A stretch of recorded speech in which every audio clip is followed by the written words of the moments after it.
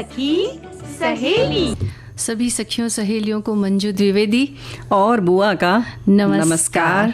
बुआ जी, शादियों का मौसम चल रहा है। देखो, जितनी तो खुशी है उतनी ये भी बड़ी तकलीफ हो जाती है कि आप कपड़े बदलते हैं और वो जो गरम गरम कपड़े होते हैं फिर आके जब बदलते हैं फिर ठंडे ठंडे कपड़े पहनने पड़ते हैं।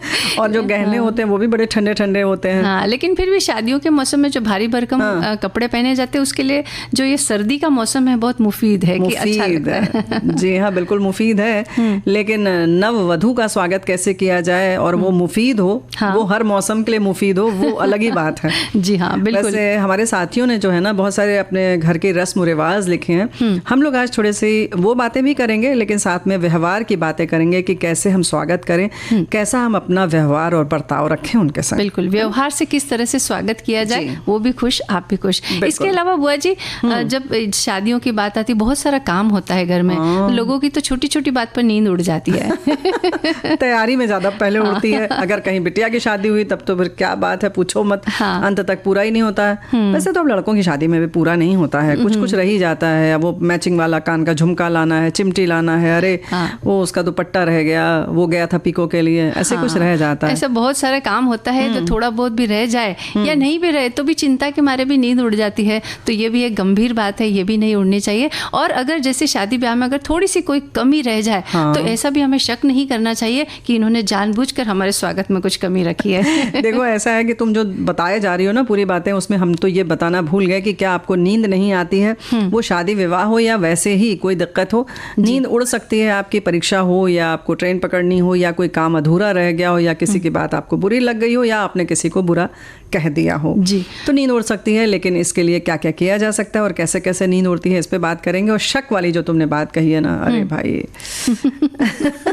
बड़ा गंभीर विषय है। गंभीर विषय है और है बहुत छोटी सी चीज, 2 अक्षर है, शक। बस शक। हाँ, लेकिन हो जाता है मजेदार। हाँ, परिणाम बहुत गंभीर आता है इसका अगर ऐसा हो जाए तो। इसके अलावा देखिए, सर्दियों का सीजन तो वैसे भी खाने पीने का मौसम होता है और शादी ब्याह में भी खाना पीना तो जमकर होता है। तो आज कुछ ऐसे व्यंजन हम बता देंगे जो कि बहुत ही पौष्टिक चीज से बनाए जाते हैं, जिसे हम कहते हैं शकरकंद। जी हाँ, शकरकंद उपवास में भी खाया जाता है। ये इसकी और बढ़िया सी बात है, बड़ी प्यारी सी बात है। उसमें हमारे साथी ने लिखकर भी भेजा है, उस पर ज़रूर चर्चा करेंगे हम। लेकिन फिलहाल चलते हैं शादी की तैयारी में और उसके संग संग उसके बाद बहू रानी जो आ रही हैं उनका स्वागत किया जाए। और जाहिर है कि इस समय जब होता है कि हमारे रीति रिवाज होते हैं, संस्कार होते हैं, खान पान व्यवहार सब कुछ अलग होता है। अब जो बहुरिया आती है, बहू रानी आती हैं, जाहिर है कि एक अलग परिवेश से आती है। और अब तो कुछ उम्र भी ज़्यादा हो जाती है, बहुत जल्दी भी शादी हो तो 25-26 तो हो ही जाती है उम्र। तो जाहिर है कि एक परिपक्व अवस्था में आती है। तो लेकिन ऐसे में कैसे तालमेल बिठाया जाए, और वो तो बैठाएंगी तालमेल। लेकिन फिलहाल आज हम इस पक्ष की बात कर रहे हैं, यानी जो स्वागत करने वाले की तरफ है, आप लाने के लड़के वाले जो हैं। हाँ, बिल्कुल। तो स्वागत के बहुत सारे तरीके हैं, तो हमारे श्रोताओं ने लिख भेजे हैं। एक हमारे श्रोता ने ये बात लिखी है कि हमारे घर में जब नई बहू आती है पहले उसे परीक्षा जाता है। परीक्षा मतलब उसकी परीक्षा ली जाती है। नहीं, परछन करते हैं। अच्छा, उसका परछन करते हैं। अच्छा, हाँ। तो यानी उसकी मांगलिक वस्तुओं से आरती उतारी जाती है। बहुत घरों में रंगीन धोती या चादर फैलाया जाता है। हमारे घर में बांस की टोकरी रखी जाती है जिसमें बारी बारी से बहू बेटे एक एक पग डालकर आगे पीछे चलते हुए आगे बढ़ते हैं। तरह तरह के मंगल गीत भी गाए जाते हैं। अगर बहू के पांव डगमगाए तो गीत में उसे अनाड़ी कहा जाएगा और बेटे को सुधरा हुआ। और इन्होंने ब्रैकेट में ये बात लिखी कि वैसे एक टोकरी में पैर डालना होता है कि पांव डगमगाते ही हैं और बहू को सुनना ही है। तो मतलब ये निश्चित बात है। अच्छा, लेकिन चलो खैर, ये तो इनकी बात है। आगे क्या लिखती हैं? आगे लिखते हैं कि उसके बाद बहू को कोहबर में ले जाया जाता है जहां बहन दुआर छेकाई का रस्म करती है तगड़ी रकम लेकर। दीवार पर शुभ मंगल शब्द लिखे जाते हैं। चांद, सितारे, पेड़ पौधे, धरती, आकाश सभी के चित्र उकेरे जाते हैं। दीवार पर उनको साक्षी मानकर बहू सिंदूर और घी से उनकी पूजा करती है। कुछ घरों में बहू के हाथ में कुछ मीठे पकवान भी सुहागनों को सभी को दिया जाता है, जिसे खोइचा देना बोला जाता है। फिर घर के लोग मुंह दिखाई का रस्म करते हुए सबका पैर छूती है और उसे उपहार दिए जाते हैं। यानी कि बहू पैर छूती है और जब वो पैर छूती है बड़ों के तो बड़े लोग जो होते हैं उसके मुंह दिखाई की रस्म में कुछ देते हैं उपहार। हाँ, और आगे लिखते हैं कि वहीं पर कोहबर में बहू को दाल की पूरी, गुड़ की खीर जिसे रसिया बोला जाता है, दही बड़ा और सब्जियों से बहू का मुंह झुठाया जाता है, यानी उसे खिलाया जाता है। जी हाँ, और ये रस्म है। बिल्कुल, ये रस्म है और ऐसी रस्म होती है। स्वागत किया जाता है, पैर छूते हैं, जैसे उसको पैलगी बोलते हैं। इसके संग संग जो उसको कोबर जो बोलते हैं, जहाँ पर भगवान जी की जहाँ पूजा की जाती है, एक अलग से स्थान बनाया जाता है शादी विवाह के लिए, जहाँ देवी देवता रखे जाते हैं। जहाँ लड़का जब जाने लगता है तब वहाँ पूजा करके जाता है, फिर आती है बहू रानी तब वहाँ पर बैठती हैं। तो इस तरीके से पूजा होती है। लेकिन एक बात जो है मंजू बिटिया, इसमें यही हम कहना चाह रहे थे कि इन्होंने लिखा है कि भाई बहू को सुनना ही है, तो यहाँ लेकिन इन्होंने ये नहीं लिखा कि अगर बेटे का पैर डगमगाए तब क्या होगा। तो ये मानकर चलते हैं कि बहू संभाल लेगी। तो ऐसे ही बहू का जब डगमगाए तो दुल्हा संभाल ले, बेटा संभाल ले, और बिना हंसे भी हम इस रस्म को क्या पूरा कर सकते हैं। आज विषय यही है हमारा। और सारी परीक्षाएं केवल बहू के लिए ही क्यों होती है? नहीं, लिखा तो है इन्होंने कि दोनों को चलना है। तो देखो, मतलब तो यही है कि तालमेल बिठाना है। ये रस्म एक प्रतीकात्मक होती है, प्रतीक के तौर पर इसको मनाया जाता है। और फिर ठीक है, थोड़ी सी हंसी ठिठी भी होती है, थोड़ा सा मौका ऐसा रहता है कि बहुत सारी जगह, जैसे कि हमारे साथी ने लिखा भी है ना, कि वो खेलते हैं अंगूठी वगैरह पानी में डालकर, तो वो भी होता है। इन्होंने लिखा है ना कि धार्मिक शास्त्र के अनुसार नई दुल्हन का गृह प्रवेश के वक्त अपने पैरों का लाल कुमकुम के पानी से भरे थाल में रख देती है। उसके बाद वो शुभ लाल रंग से पैरों के निशान के साथ घर के द्वार से घर के मंदिर तक चली जाती है। इस रस्म को देवी लक्ष्मी का सूचक माना जाता है, विधि घर में सुख शांति लाने के लिए होती है। तो ये तो बड़ा स्वागत योग्य रस्म है। रस्म सभी अच्छी होती हैं, उसके पीछे के जो कारण है अगर हम उनको समझ लें कि ये प्रतीक के तौर पर हैं तो शायद ज़्यादा अच्छा होगा। हाँ, और एक हमारे श्रोता ने तो रिसेप्शन वगैरह किस तरह से होता है उसके बारे में भी लिख दिया है कि आजकल तो रिसेप्शन वाला स्वागत होता है। बहू सज धज कर बैठ गई, लोग आए, आशीर्वाद स्वरूप उपहार मिला, खाना खिलाना हुआ, डीजे पर डांस कीजिए, गुड बाय गुड बाय। लेकिन भाई स्वागत जो दरअसल जैसे ही बारात आती है, जो सुबह होती हो या रात के समय, ये तो अलग से एक आयोजन होता है, पार्टी होती है। लेकिन स्वागत जब होता है तो बहुत सारी जगहों पर दरवाजे पे उससे हाथ से थापे लगवाए जाते हैं, है ना। वो चावल का आटा और पानी में घोल के और उसमें हल्दी डालकर ऐसे रखा जाता है, जिसको ऐपण बोलते हैं। उससे उसके हाथ से 5 थापे दरवाजे पर लगवाए जाते हैं, वहीं बतासा चिपकवाया जाता है। तो इस तरीके से तरह तरह से उसका स्वागत होता है, यानी कि ये घर की अब जिम्मेदारी, ये घर अब तुम्हारा है और तुम्हारा स्वागत है। हाँ, और एक और तरीका है कि दहलीज पर वर वधू की सास आरती के साथ दंपति का स्वागत करती है और दुल्हा दुल्हन दोनों को तिलक लगाती है, जिसके बाद दंपति उपस्थित बुजुर्गों से आशीर्वाद मांगते हैं। प्रवेश द्वार पर चावल से भरा कलश या जार रखा जाता है, जिसे दुल्हन घर में प्रवेश करते समय अपने दाहिने पैर से धक्का देती है और उसे गिराती है। बिल्कुल वही है कि इसको ऐसे रखा जाता है, यानी स्वागत किया जाता है कि ऐसे धन धान्य से भरपूर घर रहे जिसमें तुम प्रवेश कर रही हो। तो ये सारी चीज़ें जो हैं वो ऐसे ही जब बनी रहेंगी, जब वो बिटिया जो आ रही है, जैसे हमने वधू के तौर पर उसको स्वीकारा है, उसका स्वागत कर रहे हैं, तो वो ऐसे खुश रहेगी, तभी ये सब जो चीज़ें हम कर रहे हैं वो सतत बनी रहेंगी। ऐसा नहीं कि सिर्फ ये रस्म अदायगी हुई और उसके बाद सब कुछ सिमट कर किनारे लग गया, है ना। बिल्कुल बुआ जी, उसका असली स्वागत घर के अंदर आने के बाद किस तरह से करना है, किन किन बातों का ख्याल रखना है, लेकिन असली चुनौतीपूर्ण बात जो शुरू होती है वो इसके बाद शुरू होती है। लेकिन देखो, जो हम लोग बात कह रहे थे तो हमारे साथी ने बिल्कुल क्लियर कर दिया कि भाई लड़का जब लड़की लड़खड़ाती है ऐसे टोकरी में पैर रखते वक्त, तो लड़का थाम ही लेता है। हालांकि ये लिख रही है कि लड़की के मजाक नहीं होता, उनकी माँ के लिए कहा जाता है, हंसी मजाक चलता रहता है कि भाई कैसे है, इसे चलना नहीं सिखाया है। तो लेकिन एक बात तो है कि इसमें जो है वो जीवन साथी की तत्परता दिखाई देती है कि हाँ वो हर समय ख्याल रखेगा कि नहीं, अगर थोड़ा सा भी पैर लड़खड़ाया या थोड़ा सा कुछ तकलीफ हुई तो वो संभाल लेगा। तो यहाँ से एक तरह से लड़के के लिए भी जिम्मेदारी का एहसास है, वो भी शुरू करवाया जाता है। हाँ। तो कुछ रीत रिवाज इसीलिए बने हुए हैं, है ना? बिल्कुल। और देखिए, जब लड़की घर के अंदर आ जाती है तो जाहिर सी बात है कि वो एक बहुत ही अलग परिवेश से आई है। उसके घर का माहौल अलग है, व्यवहार अलग है, रहन सहन, खान पान सब कुछ अलग होता है। और जब नए घर में आती है वहाँ सब कुछ बदला बदला से नजर आता है। इसमें हो सकता है कि वो दूसरों की अपेक्षाओं पर एकदम से खरी ना उतरे, लेकिन वहाँ घर के लोगों को बहुत धैर्य रखना पड़ता है और बड़े लोगों की भूमिका यहाँ बहुत ही महत्वपूर्ण हो जाती है। बिल्कुल। देखो, ऐसा है कि धैर्य और अपेक्षा की जहाँ तक बात आती है, धैर्य तो रखना ही चाहिए कि कोई भी आपके परिवार में आया है तो उसका उसी तरह से स्वागत होना चाहिए जैसे मेहमान है थोड़े दिन। और दूसरी बात यह है कि आप अपेक्षा रखें ही क्यों, आपके यहाँ जो चीज़ है वो आप अपना चलाते रहें और जो उसकी इच्छाएं हैं, जो ज़रूरतें हैं, या जो उसकी आदतें हैं, खान पान की अगर हम बात करें, अब शुरुआत होती है पेट से, कि जाहिर है कि खान पान में सबसे ज़्यादा जो है वो सामंजस्य स्थापित करना पड़ता है। आपका स्वाद अलग होता है, उनके घर का स्वाद अलग होता है। तो यहाँ पर ये रखें कि जो वो बनाना चाहती है, जो वो खाना चाहती है, उसका भी उतना ही सम्मान किया जाए। और अगर रसोई घर में वो स्वयं बना रही है तो जाहिर है उसे ये छूट दी जाए कि हाँ तुम भी अपने मन का बना लो, या कोई और सेवक अगर कहीं है, सेवक सेविकाएं हैं, तो भाई जाहिर है कि उसकी भी व्यवस्था की जाए, क्योंकि घर का एक महत्वपूर्ण सदस्य है। अब हम बार बार कह रहे हैं दरवाजे पर ही कि लक्ष्मी है, लक्ष्मी है, और फिर उस लक्ष्मी को हम क्यों किनारे रख देते हैं, उसकी इच्छाओं को हम क्यों किनारे रख देते हैं? जी, उसको बिल्कुल आंखों पर रखना चाहिए। हाँ, इच्छा ये रखी जाती कि जैसा हमारे घर में बन रहा है वो वैसा ही बनाए, लेकिन कभी कभी जैसा वो बनाती है वैसा भी खा करके देख लीजिए, हो सकता है कि वो हमारे यहाँ जो बन रहा है उससे ज्यादा स्वादिष्ट हो। क्या बात है, ये बात भी सही है। ये तो हो गई खान पान की बात। अब होती है रख रखाव की बात। घर रखना है, बैठक है, उसकी साज संभाल है, या रसोई घर में काम करने की बात आती है, जो सबसे महत्वपूर्ण हमारा कार्य क्षेत्र होता है। वहाँ सबके काम करने का तरीका अलग होता है। कुछ लोग कहते हैं भाई हम पहले सब फैला लेते हैं, सब काम कर लेते हैं, इकट्ठा समेटते हैं। कुछ लोग कहते हैं हमें साथ साथ समेटते हुए काम पसंद है। तो भाई उसको वो आज़ादी होनी चाहिए कि वो किस तरह से रसोई घर में क्या व्यवस्था रखनी चाह रही है, या कुछ नए उपकरण अगर वो चाहती है तो उसका भी स्वागत किया जाए कि हाँ भाई ये ले आओ, अच्छा लगेगा, हो सकता है अच्छा ठीक है हम नहीं इस्तेमाल करेंगे, तुम्हें चाहिए तो तुम रखो, तुम भी ले आओ, अपने मन का कर लो। बिल्कुल, हाँ। तो इस तरह की व्यवस्था की जाए तो वो भी खुश रहेगी और बड़े प्यार से आपके लिए काम करेगी वो।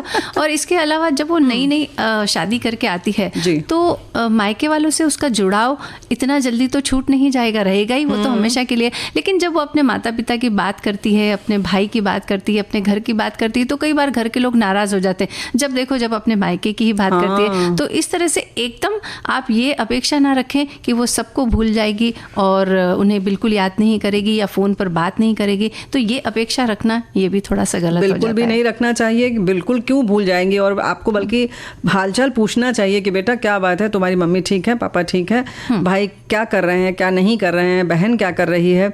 और अगर हालचाल पूछ लेंगे तो अच्छा लगेगा उसको भी कि अच्छा ठीक है, सिर्फ हमें मेरा स्वागत नहीं हुआ है, या ये जो संबंध बना है वो सिर्फ हमारा नहीं है, दो परिवारों का मिलन हुआ है, तो हमारे परिवार का भी उतना ही मान सम्मान है, या उनकी एक बातचीत कर लेना भर ही काफ़ी है। भाई ये चीज़ें जो है ना, अपेक्षा वाली जो बात है वो बार बार इसीलिए खटकती है कि हम क्यों अपेक्षा करें। और जहाँ तक जिम्मेदारियों की जहाँ तक बात होती है, तो ये तो है जब आपका घर अपना, उसको ऐसे दोनों हाथों से उसका स्वागत करेगा, उसको गले से लगाएगा, तो जाहिर है उसे अपनापन लगेगा। और जब अपनापन लगेगा तो जाहिर है कि जिम्मेदारियां हम बखूबी निभाने भी लगती हैं बहुएं। फिर उन्हें लगता है ये तो हमारा घर है, और जैसे हम अपने घर को प्यार से रखते थे वैसे ही इसे रखेंगे, है ना। और आते ही बहुत सारे उसके ऊपर व्रत उपवास करने के बारे में या पूजा पाठ के तौर तरीकों के बारे में भी उसे बहुत समझाया जाता है। यहाँ तो हमारे यहाँ घर में तो ऐसा ही होता है, यही करना है, वही करना है। तो इसकी बजाय, और अगर वो कुछ करना चाहती है तो कई बार उसे रोक टोक भी की जाती है कि नहीं नहीं ये व्रत उपवास ये सब यहाँ नहीं चलेगा, ऐसा। तो इस तरह की ये जो बातें हैं ये भी थोड़ी उसे खटक सकती है या खटक सकती हैं। तो एक बात तो है मंजू बिटिया, इतनी सी बात से तो यही लग रहा है ना कि उसकी जो आदतें हैं, चाहे वो रीति रिवाज हो, खान पान का स्वभाव हो, घर रखने का हो, काम करने का तरीका हो, या व्रत उपवास की बात हो, या कुछ भी करने का तरीका एक हो। तो जैसे बाल बनाना है, बिंदी लगाना है, तो हम कहते हैं नहीं बड़ी बिंदी लगाओ, या बड़ी बिंदी लगाई तो नहीं छोटी लगाओ, कैसा लग रहा है। तो इस सब चीज़ों में उसे आज़ादी होनी चाहिए। और उसके संग संग एक बात और है कि उसको पूरी तरह से एक जैसी है वो वैसे ही उसका स्वागत करें। वो कोई ऐसी, मतलब क्या कहें, अब इसको हम ये कहेंगे तो खराब लगेगा, स्वीकार करें। हाँ वैसे ही स्वीकार करें ना, उसको देखें, उसको उस पे मोह करें, उससे प्यार करें। अब वो सब्जी थोड़ी है कि ला के अपने हिसाब से तराशा वशा बना लिया, भाई ऐसा नहीं है, अपना स्वाद उस पर मत चढ़ाइए। एक बार उसका स्वाद देखें कि उसका रंग रूप, उसका तरीका, उसका स्वभाव, उसके रीति रिवाज कैसे हैं। और कई बार ये भी देखने में आता है बुआ जी कि जैसे ही कोई दुल्हन आती है, नए घर में आती है, घर की पूरी जिम्मेदारी काम की उसके ऊपर डाल दी जाती है और कहते हैं कि बस अब ये तुम्हारा घर है, तुम ही संभालो, अब हम कुछ नहीं करेंगे। बाकी घर के लोग ना हिलते हैं, ना हिल के पानी लेते हैं, ना कुछ करते हैं। अब वो बेचारी देखिए पढ़ाई करते हुए खत्म करके आई है, वो सीधा, उसको काम का उतना अनुभव नहीं होता या पूरे दिन काम करने की उसे आदत भी नहीं होती है। तो इन जिम्मेदारियों को धीरे धीरे उसके ऊपर डालना चाहिए, ना कि एक साथ उसे कह दिया जाए कि अब बस सिर्फ तुम्हें काम ही करना देखो ऐसा है कि अगर वो पढ़ाई नहीं भी करके आ रही है तो मतलब वो काम करने के लिए केवल थोड़ी आ रही है, उसके भी कुछ अरमान है। अच्छा वैसे तो बचपन से ये कहा जाता है शादी करोगी तो पूरा भाग्य बदल जाएगा, भाग्योदय हो जाएगा, अक्सर ये कहा जाता है। अच्छा उसके संग संग इतने गहने मिलते हैं, इतने कपड़े मिलते हैं, वो भी कुछ सपने देखती है कि अच्छा जाएंगे तो यहाँ घूमने जाएंगे, वहाँ घूमने जाएंगे, है ना, रोज नए कपड़े पहनेंगे। तो ये इन सब चीज़ों की भी थोड़ी सी कद्र कर लें जो आपने दिए हैं और जो उसको मायके से मिले हैं, थोड़ा उसे पहनने ओढ़ने दें, घूमने फिरने दें, तो थोड़ा सा खुशी का जो वातावरण जो है, जो हम चाहते हैं उत्सव वाला अपने लिए, वही उसको भी दें। और अच्छा एक बात और है कि वैसे तो ये जिम्मेदारी वाली जो बात है अक्सर हम कहते हैं, लेकिन हमने जहाँ तक सुना है कि हमारी नानी लोग बताती हैं कि जब हम शादी करके आए तो 1 महीने तक पूड़ी बनती थी कि पता नहीं इसको रोटी वोटी यहाँ की अच्छी लगेगी कि नहीं लगेगी। तो वो बताती थी हम 10 उंगलियों में अपनी अंगूठी पहने रहते थे, हमसे काम नहीं करवाया गया था। अच्छा। और नई बहू आती थी तो मतलब उसको पता नहीं यहाँ का खाना अच्छा लगेगा नहीं लगेगा, तो उसके हिसाब से बनता था। जो जैसे पूड़ी उस समय सबसे अच्छी मानी जाती थी। अच्छा उसके संग में कभी कभी जो थोड़े सक्षम होते थे उनके संग एक सेविका आती थी, तो उसको अगर संकोच लग रहा है तो वो सेविका से बताती थी कि दीदी को ये चाहिए, दीदी को वो चाहिए, तो वो सब पूर्ति करती थी। तो ये इस तरीके की भी व्यवस्था पहले थी। आज हम उसको बहुत अलग तरीके से देख रहे हैं और ये मान के चलते हैं कि वधू आई तो उसकी सारी जिम्मेदारी है। जिम्मेदारी आप स्वागत तो करिए, फिर देखिए वो तो खुद ब खुद निभा लेगी। पहले उसको जगह दीजिए, अपने मन में दीजिए जगह। घर में हम बुला लेते हैं लेकिन मन में जगह देने में थोड़ा समय लगता है। आप घर में तो जगह दे रहे हैं लेकिन अगर मन में जगह दी और थोड़ा सा धैर्य रख करके उसकी हर बात को थोड़ा सा धैर्य से अगर अपना लिया तो जल्दी ही वो उस घर में एडजस्ट हो जाती है, उस घर को आत्मसात कर लेती है, उन सबको अपना मानने लगती है। और फिर देखिए फिर इस बंधन का जो मजा आता है वो और किसी बात में नहीं है जी। और अब थोड़ी सी नींद की बातें हो जाए। अरे नींद की देखो ऐसा है कि अभी कुछ लोग तो कह रहे हैं कि उम्र के साथ तो नींद कम हो जाती है। अब ऐसा अनुभव हो रहा है, 6 घंटे की नींद पूरा हो ही जाता है। अगर मैं नियत समय पर नहीं सोई तो मुझे नींद नहीं आती है, टाइम लगता है नींद आने में। इसलिए मैंने अपना रूटीन रखा है, समय पर सोने चली जाती हूँ। ये बहुत अच्छा है। बिल्कुल। और एक हमारे श्रोता ये भी लिखते हैं कि अच्छी नींद के लिए योग करना भी बहुत अच्छा है। उसमें कुछ ऐसे आसन होते हैं जिससे नींद आ जाती है और सोने से 1-2 घंटे पहले खाना खा लेना चाहिए। हमेशा खुश रहे और किसी की खुशी का कारण बने तो भी मस्त नींद आएगी। क्या बात है, ये बात बिल्कुल सही है। अच्छा देखो जैसे इन्होंने कहा ना कि योग आदि करेंगे तब तो जाहिर है कि ये हम फ़ोन है इन सारी चीज़ों से दूर रहेंगे, मन में शांति रहेगी। तो यानी कुल मिलाकर यही है कि सोने से पहले हमें उसकी तैयारी करनी होगी, शारीरिक नहीं केवल मानसिक तौर से भी, जी है ना। बिल्कुल। एक श्रोता हमारे ये भी लिखते हैं कि नींद तो कई बार आती है, ये सभी के साथ कई बार नहीं आती है, ये तो सभी के साथ होता है, चाहे खुशी का मौका हो या गम का। संयोग के बाद वियोग भी दिल भारी करता है, तब भी कोई टेंशन हो या उम्र का सवाल हो, बहुत से कारण होते हैं। सभी का एक ही इलाज है, अपने मन को सकारात्मक बनाए, किताबें पढ़ने लगे तो नींद आ जाएगी। तो ऐसे बहुत सारे उपाय हैं जो अपनाए जा सकते हैं। और एक श्रोता और एक बात लिखते हैं बुआ जी कि भाई इधर तो भली भांति अच्छी तरह से ईश्वर की कृपा से नींद आती है लेकिन बहुत तेरे अनिद्रा से ग्रस्त लोगों का इलाज भी करना पड़ता है। बहुत ही सावधानी से उनसे काउंसलिंग करने के उपरांत औषधियों का चयन भी किया जाता है, लेकिन बहुविध मानसिक आघात और तनाव के चलते होने वाली ये अनिद्रा अपने आप में ही अनोखी होती है। ईश्वर करे सभी को प्रति रात्रि कम से कम 6 से 8 घंटे तक नींद आए ताकि शरीर में स्वाभाविक स्फूर्ति बनी रहे। ये बात बिल्कुल सही है। तो कुल मिलाकर 6 घंटे की नींद तो जरूरी है। वैसे एक साथी ने ये भी अपनी बात साझा की है कि हमको तो बुआ जी अभी भी नींद आ रही है। इधर 10 दिनों से लगातार एक लड़की की शादी में व्यस्त थे, क्योंकि जो लड़की वाले हैं वो हैं तो मेरे दूर के रिश्तेदार, लेकिन उनके यहाँ कोई भी दौड़ धूप करने वाला आदमी नहीं था। मैं अपने घर में जैसे शादी विवाह होता है ना वैसे ही दौड़ धूप उनके लिए किया। मन में एक अलग तरह की शांति मिली है। तो भाई ये बात भी है कि जब आप कोई ऐसा काम फान लेते हैं या कोई लंबा काम होता है और जब वो पूरा हो जाता है तो जाहिर है कि अपने आप बड़ी अच्छी नींद आ जाती है।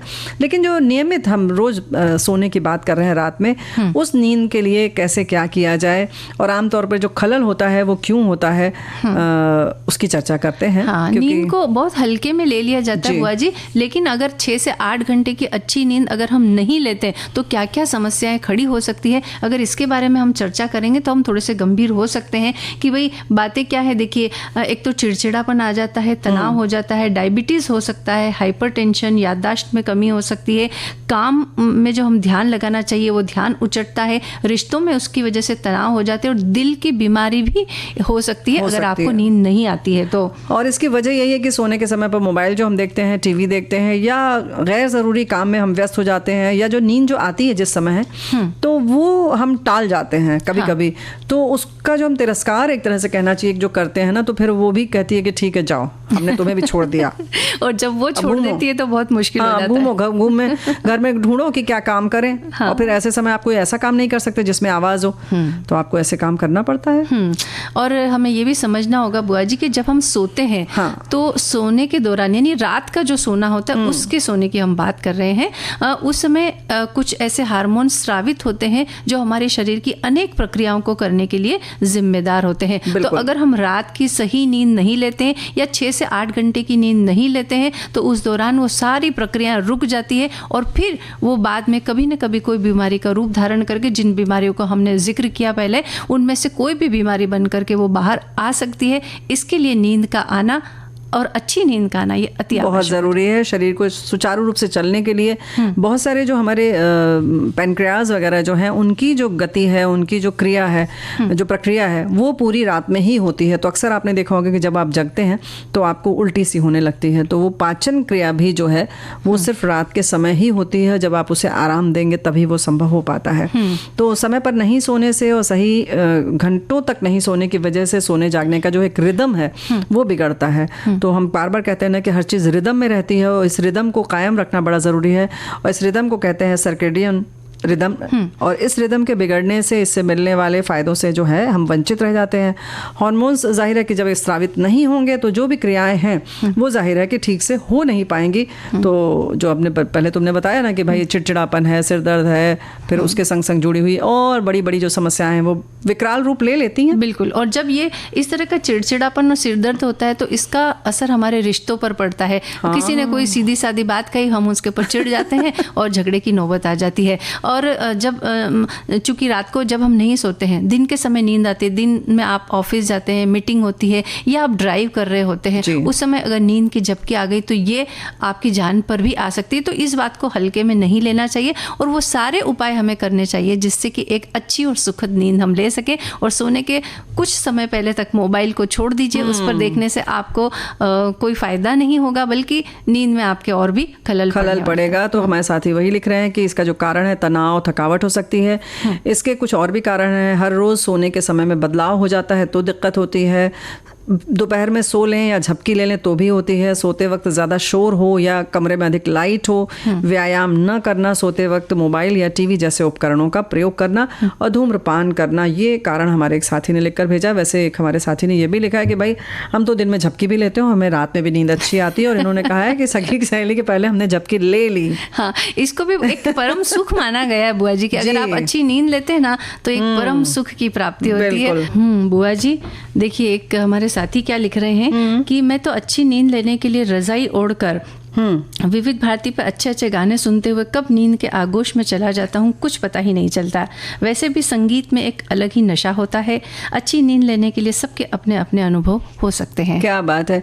लेकिन कुल मिलाकर जब संगीत की बात आती है तो कहीं ना कहीं हम जो बाकी तनाव है या दिन भर के जो हमारे बाकी विचार हैं उनसे हम दूर जाते हैं। तो अगर आप संगीत नहीं सुन रहे हैं या कभी कभी आपको बहुत विचार तंग कर रहे हैं तो ये संगीत भी कुछ काम नहीं करता है। तो यहाँ पर एक सुझाव छोटा सा ये भी है कि प्रयोग किया जा सकता है। अगर आपको नींद नहीं आ रही है तो थोड़ी देर बैठ जाएं, कुछ प्रार्थना कर लें, जो भी आपको प्रार्थना याद हो उसे याद कर लें। और पूरे दिन के कोई भी जो व्यवहार आपको अच्छा लगा या बुरा लगा, ऐसा नहीं कि सिर्फ बुरे व्यवहार आप भूलें, फिर आप बुरे भूलना शुरू करेंगे तो आप पहले उसे याद करेंगे तब भूलेंगे जी। तो ऐसा ना करें। अक्सर कहते हैं ना कि अगर आपको सोना है तो स्वच्छ बिस्तर हो, आप खुद नहा धो लीजिए। तो इसके साथ साथ शारीरिक और जो बाकी जो स्वच्छता है उसका तो ध्यान रखें। मन को स्वच्छ कर लें, अगर मन को खाली कर लें, जो भी पूरे दिन के विचार हैं, जो भी चीज़ें आपको आसक्त की, जिन्होंने आपको आकर्षित किया, उन सब को निकाल दें अगर आप अपने मन से और बिल्कुल हल्के होकर सोएं तो भी आपको बहुत अच्छी नींद आएगी। तो विचारों से जो है ना थोड़ा सा अपने को हल्का करना बड़ा ज़रूरी है। बिल्कुल। और जब हम ईश्वर को याद करते हैं तो मन को एक असीम शांति का अनुभव होता है और यही शांति हमको अच्छी नींद लाने में मदद देती है। हो सकता है कि आप बचपन की कोई प्रार्थना याद करिए, जो भी आपका इष्ट हो, या कुछ नहीं तो कुछ लोग जैसे 100 से पूरी उल्टी गिनती शुरू कर लेते हैं, याद करना बोल लेते हैं मन में, तो कहीं ना कहीं आपको और अपना ध्यान ले जाए ताकि उन विचारों से आपका मन शुद्ध रहे और वो रहे। तो एक प्रयोग आप कर सकते हैं इस तरह से। बिल्कुल, जो भी उपाय आपको ठीक लगे, लेकिन नींद अच्छी आए इसका प्रयास करना बिल्कुल करें, बिल्कुल करें। और जब नींद अच्छी रहेगी तो जाहिर है चिड़चिड़ापन नहीं रहेगा, तो अनावश्यक रूप से जो सामने जो दिख रहा है, हाँ जो दिख रहा है बस वही आप देखेंगे, उसके पीछे की कहानी हम लोग बहुत देखते हैं। अच्छा इन्होंने मुस्कुराया तो क्यों मुस्कुराया, नहीं मुस्कुराया तो क्यों नहीं मुस्कुराया, आज हमारी बात पर तो ये जरा भी इन्होंने जवाब नहीं दिया, अच्छा उनकी बात पर ये बड़े मुस्कुरा रही थी, तो क्या उन्होंने वहां पर उधर अपनी एक अलग ग्रुप बना लिया है क्या? सोचते हैं ना टोली उधर बन गई क्या? बिल्कुल। तो ऐसी बहुत सारी बातें जो है मन में आ जाती है। तो ये जो शक करने की आदत है, कभी कभार अगर किसी कारणवश शक किया जाए तब तो ठीक है, लेकिन बार बार हर व्यक्ति पर हर बात के लिए शक किया जाए तो ये कभी कभी एक बीमारी का रूप भी ले लेता है। नहीं, ये बीमारी है हमें लगता है मंजू, है ना? हाँ, हमें तो यही लगता है कि अगर सब पर आप कर रहे हैं तब तो समझिए कि आप बीमार हैं। हाँ, लेकिन अगर हमने ऐसा अगर किया या करना शुरू कर दिया तो सामाजिक तौर पर कई लोग बहिष्कार कर देते हैं, या सामाजिक तौर पर हम लोगों से बहुत दूर हो जाते हैं, या ऑफिस में भी अगर हम ऐसा करते हैं तो लोग हमसे कटे कटे रहने लग जाते हैं। घर में ऐसा करेंगे तो घर के लोग आपसे बात करना बंद कर देंगे, और इस तरह से जो सामाजिक आपके साथ जो एक कट जाएंगे वो आपके फिर से एक मानसिक स्वास्थ्य पर बुरा असर डालेगा। हाँ, जाहिर है कि आपको बहुत खराब लगेगा कि हर आदमी फिर कहीं ना कहीं जो आप कर रहे थे आपको लगेगा सब लोग आपको शक की निगाह से देख रहे हैं, और कहीं ना कहीं जो हम करते हैं वही हम सोचते हैं सामने वाला भी कर रहा है, तो वो लोग आप सोचने लगेंगे अच्छा वो हमारे ऊपर शक कर रहे हैं क्या, इसलिए हमसे बात नहीं कर रहे हैं क्या? तो ये एक बड़ा सा चक्र है, बल्कि यूं कहें कुचक्र है। तो इससे बचना बहुत ज़रूरी है, और छोटी छोटी चीज़ों को छोटा ही रहने दें, उसका ताड़ न बनाए, तिल का ताड़ न बनाए। और कहीं आपको लगा कि जैसे कि मान लीजिए दो लोग कोई बात कर रहे हैं और आपको लग रहा है कि आपकी बात कर रहे हैं, तो आप जाके स्वस्थ मन से पूछ लीजिए कि हमारे बारे में अगर कुछ है गड़बड़ तो हमें बता दीजिए, और हम और अच्छे तरीके से आप उसको मान के चलिए कि हो सकता है भाई अगर मेरा कोई व्यवहार गलत लगा हो तो बताइए, हम उसको सुधार लें, अच्छा कर लें। तो इस तरीके से आप मेरी मदद कर दें, उसको इस तरह से लें, अन्यथा लेकर ना बात करें, है ना? और यही बात है ना, घर में भी देखने को मिलती है बुआ जी। जैसे कि बहू ने खाना बनाया, कभी अगर सब्जी में थोड़ा सा नमक ज़्यादा हो गया तो घर के सास कहती है कि अरे मेरा तो हाइपरटेंशन की बीमारी है मुझे, और जानबूझ के ये नमक डालती है ताकि जल्दी से जल्दी और बीमार। या फिर चाय में अगर थोड़ी सी शक्कर ज़्यादा हो गई तो कहती है मुझे मेरा डायबिटीज़ बढ़ाने के लिए ऐसा। तो ये भी शक के दायरे में आती है ये चीज़ें। कभी ऐसा कोई जानबूझकर नहीं करता, और अगर आपको ऐसा लगता है तो कह दीजिए कि मुझे थोड़ा कम चाहिए, कम कर नमक डालिए या कम शक्कर डालिए, और इस तरह से इन बातों को थोड़ा सा समायोजित किया जा सकता है। और वैसे हमारे साथी ये लिख रहे हैं कि कम पढ़े लिखे लोगों पर तो लगता है कि इन्हें कुछ ज्ञान नहीं है, पर आजकल पढ़े लिखे भी कुछ ऐसा शक की गुंजाइश कर जाती है कि चकित हो जाते हैं। अभी छठ पूजा के समय मेरे परिवार के सदस्य गंगा जल लेकर आए, उनकी पढ़ी लिखी पत्नी पूछती है गंगा जल ला रहे थे तो हाथ धोकर लाए थे, मैं उनका मुंह दिखने लग गई, तब उससे सफाई दी कि बच्चों को बोलते आदत सी हो गई है। बाद में सास बोली इसको हर बात में शक करने की आदत है। तो देखो यही हो जाता है कि इन्होंने बात तो घुमाया, लेकिन चूंकि अब आपकी हर समय आदत है तो इंसान समझ जाता है, तो हर समय बात बनाना बन नहीं पाती है, तो शक करना आपको छोड़ना पड़ेगा। और पति पत्नी के बीच अगर ये शक वाली भावना आ जाए ना बुआ जी, सबसे ज्यादा तो यही पनपता है। एकदम जिसको कहते हैं ना, एक टेम्परेचर सही मिलता है, खाद पानी वहाँ सही मिलता है उसको। और देखिए घर बिखरने की नौबत आ जाती है कि पति अगर थोड़ा सा ऑफिस से लेट आए तो पत्नी को शक हो जाता है कि आप तो कहीं और गए थे, किसी और से बात की थी, या आप तो मेरे बिना तो है कहीं घूमने चले गए, कहीं होटल में चले गए, या कुछ अरे देर से ना आए, समय से भी आए, अगर थोड़ा सा गुनगुनाते हुए घर में घुस गए और उन्होंने बड़े इत्मीनान से मुस्कुराते हुए थोड़ा सा मतलब लहराते हुए अंदाज में थोड़ा हंस वस दिया तो सोचे अच्छा आज किससे मिल के आ रहे हैं आप, है ना? हाँ, तो ये जो बातें हैं ना, देखिए ये हमारे दाम्पत्य जीवन के लिए बिल्कुल भी ठीक नहीं है। तो यहाँ भी शक का जो ये दायरा है हमें बहुत आगे बढ़ाना या पीछे ढकेल देना पड़ेगा इसे। जी हाँ, बिल्कुल उसको वहीं पर समेट कर दफन कर दीजिए, ज्यादा बेहतर है। बुआ जी एक मुझे किस्सा एक याद आ रहा है कि एक बार एक बिटिया ना घर पर थोड़ा लेट आई, और उसकी वजह ये थी कि उसे समय पर ट्रेन नहीं मिली, समय पर बस नहीं मिली, और उससे थोड़ी देर हो गई। तब उसके पिताजी ने, जब वो घर आई तो पिताजी ने इतना डांटा और ये पूछा कि तू कहाँ थी, मुझे बता तू कहाँ थी, इतना लेट कैसे हो गया। उसने बहुत ये बात समझाने की कोशिश की कि मुझे समय पर ना ट्रेन मिल पाई ना बस मिल पाई, इसकी वजह से। लेकिन उन्हें ये शक हुआ कि नहीं, ये तो किसी से गलत जगह पे मिल कर आई है किसी से। तो इस तरह से अपने बच्चों पर शक करना ये भी ठीक नहीं है। बाद में जब बच्चे और थोड़े बड़े होंगे तब वो आपका आदर करना फिर छोड़ देंगे और इस तरह की बातें होंगी। और कहीं ना कहीं एक बात और मंजू बिटिया की, वो कुछ भी नहीं बताएंगे। वो कहेंगे ठीक है, सोचना तो आपको अपने मन की ही है, तो हमारे बताने से क्या फायदा। एक तरह से मार खाने पर जैसे होता है ना कि मार दिया आपने 2 बार थप्पड़, तो बच्चे जिद्दी हो जाते हैं। तो लगभग ये भी एक तरीके की जिद हो जाती है कि अब हमें कुछ बोलना ही नहीं है। हाँ। जब आपको मानना ही नहीं है मेरी बात, तो फिर ठीक है, आप अपने मन से विचार बनाइए और आप उसी में घूमते रहिए। और ये बात सिर्फ बच्चों या माता पिता में नहीं, अड़ोस पड़ोस में और रिश्तों में भी हो जाती है कि ठीक है भाई, कर लो शक। हाँ। अभी तुम्हें तो अपने मन से ही पूरी बनाना है ना कहानी, तो बना लीजिए आप। तो ऐसा नहीं है। शक और भी बहुत सारी चीज़ों में होता है, जैसे कि हम कुछ बना रहे हैं उसमें, या हमने घर का दरवाज़ा बंद किया तो हम बार बार सोच रहे हैं खुला है कि बंद है कि नहीं है, या कोई आ तो नहीं जाएगा, कोई कर तो नहीं लेगा, तो ये भी होता है। या कोई खुश भी हो रहा है तो हम सोचते हैं कि क्यों खुश हो रहे हैं, ऐसे तो नहीं कोई आजकल खुश होता है किसी की खुशी देखकर, जरूर कुछ गड़बड़ है जी, है ना, ये जल रहे होंगे, ये जबरदस्ती दिखा रहे हैं। हाँ। तो इस तरीके के शक जो हैं वो भी कहीं ना कहीं बेकार होते हैं। हाँ। और पड़ोसियों के लिए तो हमारे मन में बहुत ही शक होता है, अरे ये तो हमारे घर में घुसना चाहते हैं, हमारे घर में बहुत पैसा पानी है, कहीं ये चुरा तो नहीं लेंगे, कहीं ले तो नहीं लेंगे, कहीं हमारे घर की खोज खबर तो नहीं रख रहे हैं, या बाहर जा रहे होते तब उन्हें बहुत शंका रहती है कि जब हम नहीं होंगे ना तो ये कुछ ना कुछ गड़बड़ कर देंगे। तो इस तरह की जो शंकाएं हैं ये मन से निकालिए, और ज़्यादा अति यानी शक की अति जो है वो कहीं ना कहीं आपको कुछ मुसीबत में डाल सकती है। शक वाले में तो ये भी होता है, कभी कभी कहीं आपके घर में कहीं से चावल वगैरह आ गया, अक्षत वगैरह, तो सोचेंगे कोई टोना टोटका तो नहीं कर रहा अड़ोस पड़ोसी हमारे घर में, कहीं हल्दी कुमकुम आ गया तो आप परेशान हो जाएंगे, या कुछ 2 बार आपको कुछ और दिख गया तो आप सोचेंगे ये जानबूझ के किया जा रहा है। हाँ। तो और वो नींबू मिर्ची जो लटकाते हैं ना घर के आगे, शनिवार के दिन उसे निकाल करके फेंकते हैं, तो वो भी किसी के घर के सामने फेंक दिया जाता है, और तब भी उनको लगता है कि अच्छा मेरे लिए कुछ ये गड़बड़ इन्होंने कुछ किया है। शगुन करने की गुंजाइश है। वैसे हमारे साथी लिख रहे हैं कि शक करने की आवश्यकता तो है पहचान के क्रम में, क्योंकि सर्प में रज्जू का भ्रम भी हो जाया करता है। सर्प यानी सांप में रज्जू यानी इन्होंने लिखा है रस्सी का भ्रम। लेकिन शक करने की आदत एक कुछ अलग ही बात का द्योतक है। अक्सर लोग जीवन के विभिन्न उथल पुथल के चलते शक की आदत डाल लिया करते हैं। ये एक अच्छी आदत नहीं है। हाँ, अच्छी बात तो ये भी नहीं है कि जिन्हें शक करने का अधिकार मिला हुआ है और उस अधिकार के बल पर समाज में हर किसी पर शक करते फिरे, लेकिन इसके विपरीत वकील शक का लाभ भी दिलाया करते हैं। बड़ी अजीब होती है दुनिया, बस जिस पर जो गुजर जाए।